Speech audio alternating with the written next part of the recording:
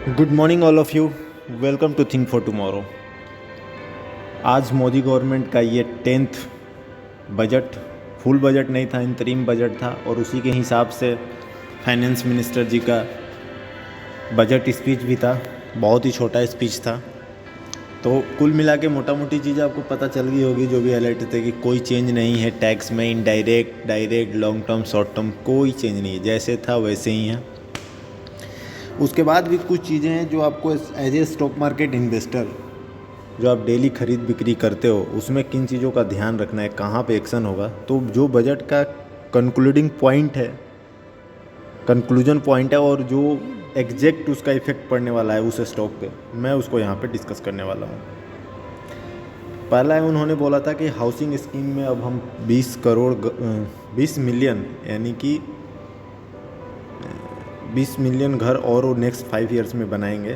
तो 1 मिलियन में 10 लाख, तो 20 मिलियन हो गया आपका, 2 करोड़ घर वो लोग और बनाएंगे। इससे एनबीसीसी और हुडको पे आपको इम्पैक्ट दिखेगा। और स्टॉक प्राइस भी बिहेव कर रहा था आज बजट के सेशन में। दूसरा है कि उन्होंने बोला कि nano DAP use on crops India to expand. Nano DAP एक फर्टिलाइज़र वाला स्कीम है, एक मटेरियल है जिसको मेगमनी ऑर्गेनिक और कोरोमंडल एक्चुअली उसके एक्सपोर्टर हैं। तो वो फोकस में रह सकते हैं क्योंकि वो उनके एक्सपेंड करने वाली गवर्नमेंट।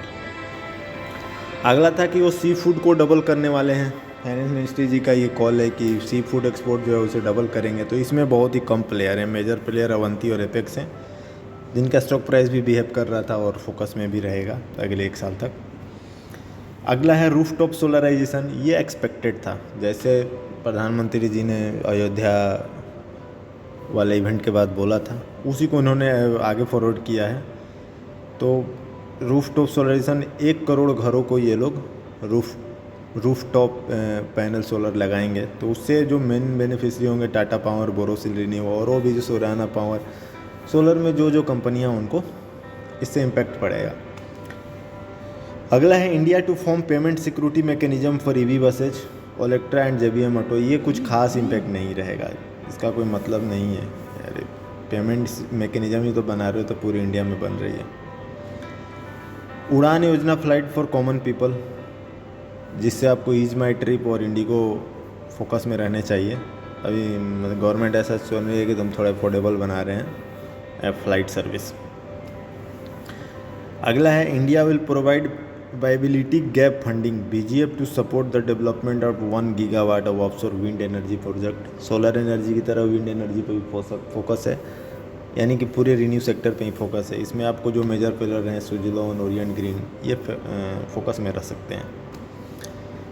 कैपेक्स जो पिछले साल था 10 लाख करोड़ का, अगले भी 2024-25 में 10 लाख करोड़ का एस्टिमेशन है। मतलब इंफ्रा में बूम ऐसी ही जारी रहेगी, आपकी ब्रिज बिल्डिंगें बनती रहेगी इंडिया में, मोदी उद्घाटन करते रहेंगे।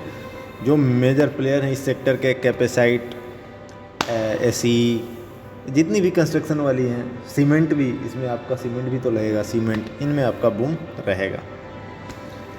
रेलवे डिफेंस में कुछ उन्होंने अनाउंसमेंट नहीं किया, जो जैसा प्लान है वैसा चलता रहेगा। टैक्स रेट में कोई चेंज नहीं है। ये था आपका पूरा बजट। मैं 3 मिनट 45 सेकंड की वीडियो में आपको बता दिया। अभी मीडिया वालों को कुछ मिला नहीं है, तो इस बजट को खींच रहे हैं, लंबा लंबा खींचे जा रहे हैं। नहीं सुनने की ज़रूरत है, बस इन चीज़ों का आप ध्यान रखिए। And thank you for watching this video. आपके कोई क्वेश्चन है तो कमेंट कीजिए, देखते हैं।